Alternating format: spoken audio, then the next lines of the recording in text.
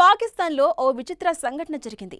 ఓ 11 ఏళ్ల బాలుడు కిడ్నాప్ జరిగిన ఘటనలో దెయ్యాలపై పోలీసులు కేసు నమోదు చేశారు.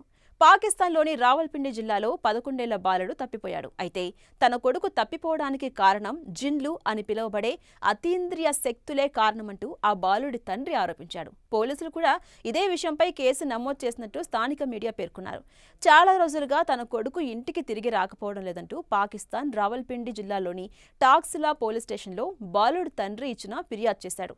జనవరి 21న జరిగిన ఈ ఘటనపై పోలీసులు కేసు నమోదు చేసినట్టు ఏఆర్వై న్యూస్ రిపోర్టర్ పేర్కొన్నారు. జిన్లు అని పిలువబడే అతీంద్రియ శక్తులు తన కొడుకును బలవంతంగా తీసుకుపోయారంటూ బాలుడి తండ్రి పేర్కొన్నారు. ఇలాంటి సంఘటన జరగడం ఇదే మొదటిసారి కాదని, గతంలో అనేక సందర్భాల్లో అతీంద్రియ శక్తులు తన కొడుకును కిడ్నాప్ చేశాయంటూ ఆరోపిస్తూ పోలీసులకు ఫిర్యాదు చేశాడు ఆ తండ్రి.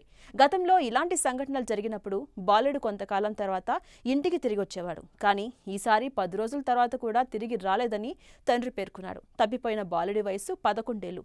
అతని పేరు సురకా అల్ సైఫ్. గత ఏడాది సెప్టెంబర్లో మరో కేసులో లాహోర్లోని ఒక ప్రత్యేక పోలీస్ బృందం 6 ఏళ్ల నాటి అదృశ్యం కేసును ఛేదించడానికి ప్రయత్నిస్తోంది. దీనిలో ఒక మహిళను ఆమె కుటుంబం జిన్ అపహరించిందంటూ నమ్ముతోంది. Lahore high court chief justice Aalia Neelam ఆదేశాల మేరకు ప్రత్యేక దర్యాప్తు బృందాన్ని ఏర్పాటు చేశారు.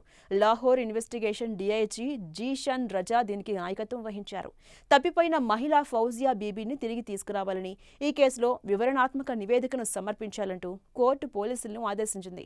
ఫౌజియా బీబీ మే 2019లో అదృశ్యమైంది. ఆమె తల్లి హమీదన్ బీబీ తన కుమార్తె కనిపించకుండా పోయిందని పేర్కొంటూ పోలీసులకు ఫిర్యాదు చేసింది.